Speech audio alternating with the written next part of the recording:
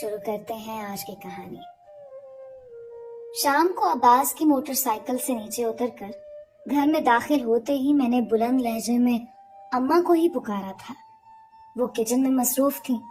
میری پکار پر کچن سے باہر نکل آئیں۔ میں بے حد غصے میں تھی۔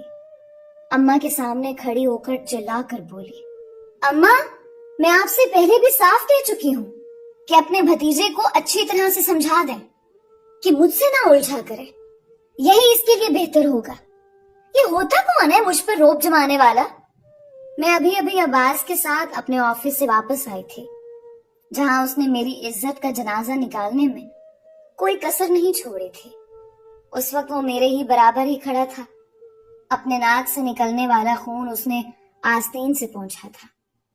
گھر آتے ہی میں اپنی ماں پر غصے سے برسنے لگی، لیکن بجائے اس کے کہ میری والدہ میری بات کو سمجھتی، عباس کے منہ اور ناک سے بہنے والے خون کو دیکھ کر ان کا ہاتھ سینے تک گیا تھا۔ فوراً سے اس کے پاس گئی اور کہنے لگی، عباس میرے بچے، کیا ہوا ہے تمہیں؟ اپنی ماں کی عباس کے لیے ہمدردی مجھے بچپن سے کھلتی تھی۔ ہمیشہ اماں نے اسے مجھ پر ترجیح دی تھی۔ وہ کہنے لگا، کچھ نہیں پھپھو، بس ذرا سی چوٹ آئی ہے۔ یہ کہہ کر اس نے خشمگین نظروں سے میری جانب دیکھا۔ اماں کہنے لگی کہ ہوا کیا ہے، چوٹ کیسے لگی؟ میں نے کہا، موصوف کو لڑنے کے علاوہ کچھ آتا ہی نہیں ہے۔ کام دھندا تو یہ شخص کوئی اور کر نہیں سکتا، بس مار دھاڑ کروا لو اس سے۔ اماں، آپ کو پتہ ہے میرے آفس کے کولیگ کو مار کر آیا ہے یہ۔ سوچے میری تو عزت کا کباڑ کر دیا ہے اس نے، وہ بھی سب کے سامنے۔ پتہ نہیں کل میرے ساتھ کیا ہوگا۔ لگتا ہے اس نوکری سے بھی ہاتھ دھونا پڑے گا۔ میں غصے سے صحن میں رکھے تخت پر بیٹھ گئی۔ اپنے لیپ ٹاپ کا بیگ بھی سائڈ پر پٹک کر رکھا تھا، مگر عباس بجائے اماں کو جواب دینے کے میرے پاس آیا اور جھک کر مجھے گھورتے ہوئے دیکھنے لگا۔ کہنے لگا، آج تو بچ گیا وہ مجھ سے، لیکن اگر دوبارہ مجھے نظر آ گیا تو جان سے جائے گا۔ وہ ہوتا کون ہے تمہارا ہاتھ پکڑنے والا؟ وہ تو مجھ پر یوں روب جما رہا تھا جیسے کہ میں اس کی کوئی زر خرید غلام ہوں۔ میں نے کہا، تم ہوتے کون ہو میرے معاملات میں دخل اندازی دینے والے؟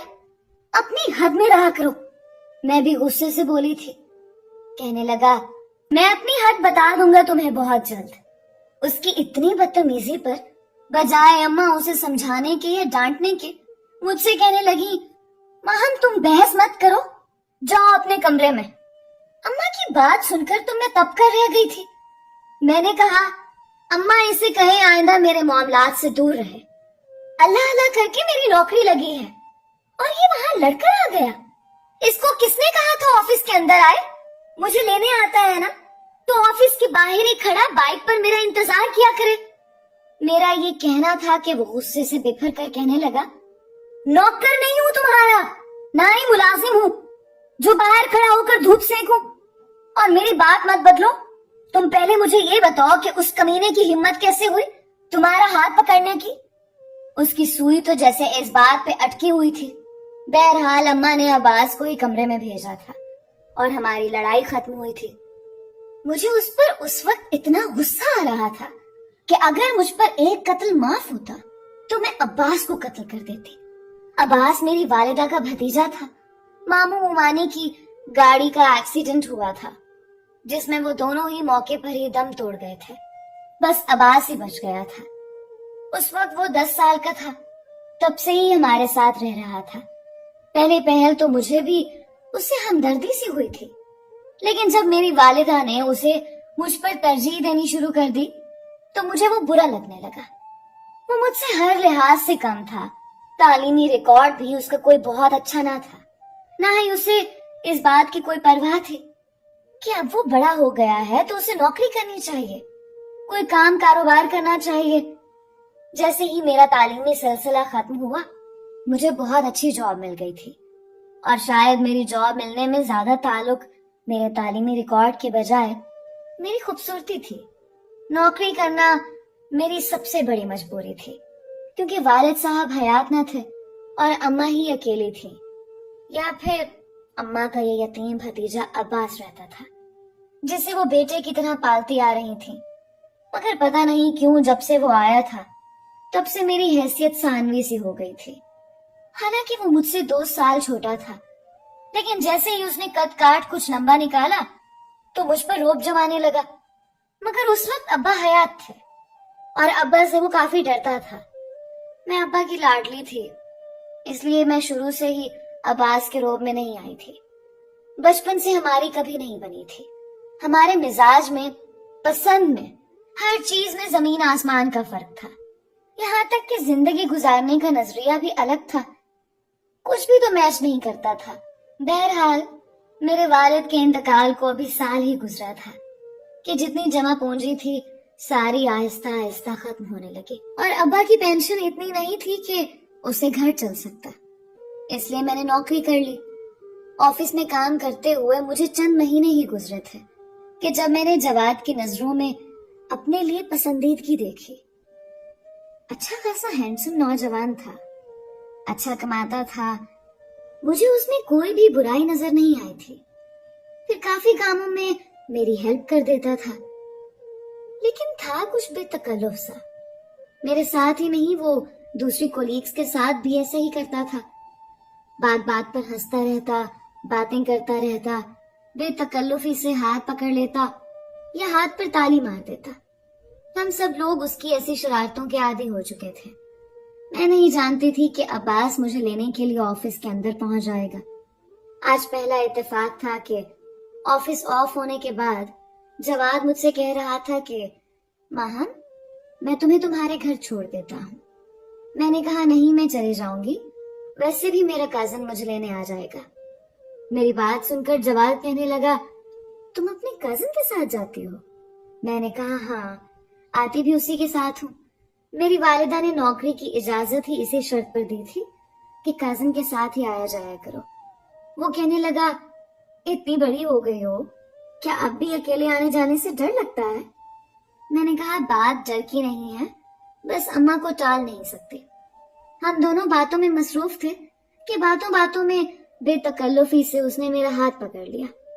पता नहीं हम दोनों किस बात पर हंस रहे थे, मुझे ठीक से याद नहीं है कि जब अब्बास अंदर आया, वो अभी चौकीदार से लड़ते हुए आया था कि मैं अंदर जरूर जाऊंगा, वरना माहम को बाहर बुलाओ। मैं नहीं जानती कब उसने शीशे के दरवाजे से मुझे और जवाद को बातें करते हुए देख लिया और अंदर आते ही उसने जवाद का गिरेबान पकड़ लिया। फिर तो वो तमाशा लगा कि बड़ी मुश्किल से ही सबने उन दोनों को छुड़वाया था। मुझे तो अपनी नौकरी के लाले पड़ गए थे और अब भी मेरी वालिदा उल्टा मुझे समझाने लगी कि तुम्हें पता भी है कि उससे ये सब बर्दाश्त नहीं होता, एहतियात क्या करो। फिर कहने लगी, अल्लाह करे अब्बास की नौकरी लग जाए ताकि मैं तुम्हें घर पर बिठा लूं। मैंने कहा अम्मा, ये कौन सा हल हुआ?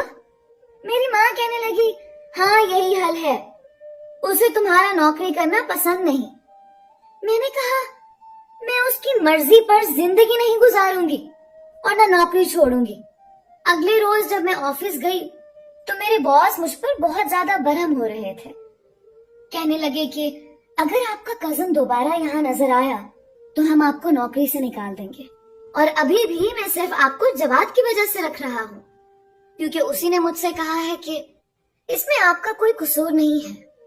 मैंने फिर भी अपने बॉस से मुआजरत की। ये शख्स जब से मेरी जिंदगी में आया था, मेरी जिंदगी तो अजीरन बन के रह गई थी। मैं जब बॉस के कमरे से बाहर आई तो जवाद बाहर ही खड़ा था। जख्मी तो उसका भी चेहरा हो चुका था। दोनों ने एक दूसरे को बहुत मारा था। मुझे देखकर कहने लगा कि माहम, मुझे आपसे बहुत जरूरी बात करनी है। मुझे नहीं लगता मुझे मजीद ताखीर करनी चाहिए।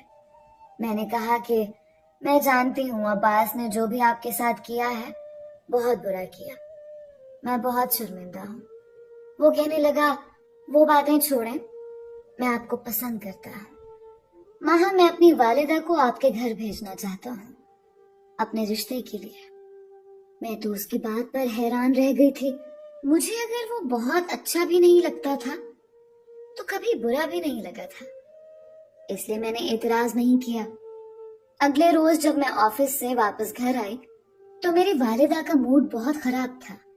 अब्बास भी मेरी वालिदा के पास बेहद गुस्से से बैठा मुझे घूरे जा रहा था। मैंने अम्मा को सलाम किया तो वो कहने लगी कि आज उस लड़के की अम्मा आई थी यहाँ पर जिससे अब्बास की लड़ाई हुई थी। मैं समझ गई कि जवाद की वालिदा रिश्ते की बात करने आई होंगी, लेकिन मैं अनजान सी बनकर अम्मा से पूछने लगी। मैंने कहा, कौन सा लड़का? अब्बास कहने लगा, वही जिसका मैंने मुंह तोड़ा था।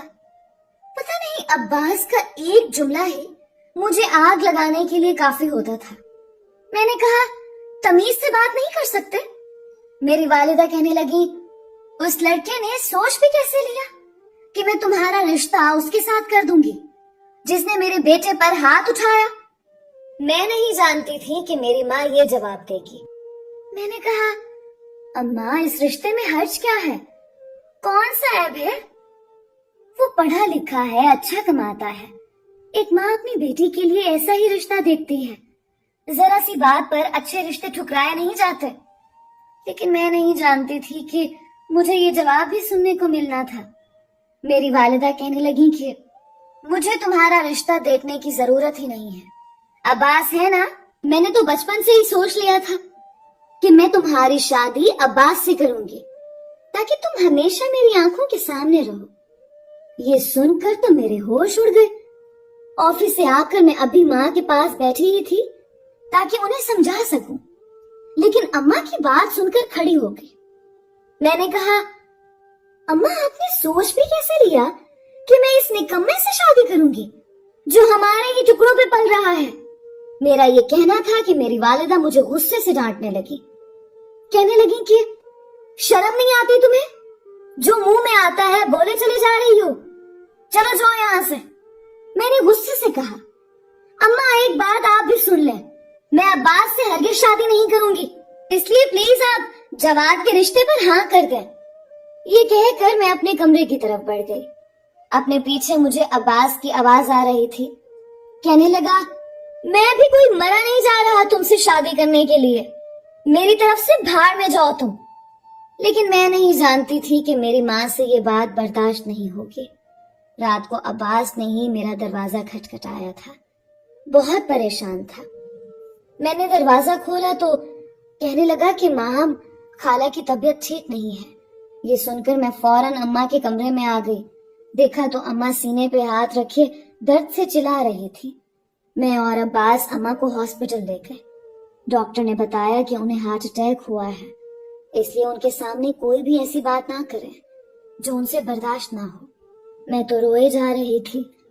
अब्बास भी काफी चुप चुप सा था। मोहब्बत तो उसे भी मेरी वालिदा से बहुत थी। मेरी वालिदा काफी कमजोर हो गई थी। मैंने ऑफिस से भी छुट्टी ले ली थी अपनी वालिदा की तीमारदारी के लिए। जब एक बार उन्होंने मेरा हाथ पकड़ा और कहने लगी कि माँ, हम आज तुमसे एक चीज मांगना चाहती हूँ, खुदा के लिए इनकार मत करना। मैंने कहा, अम्मा, आप क्यों ऐसी बातें कर रही हैं? आप कहीं आपको क्या चाहिए? वो कहने लगी कि ऐसा करो, अब्बास से निकाह कर लो।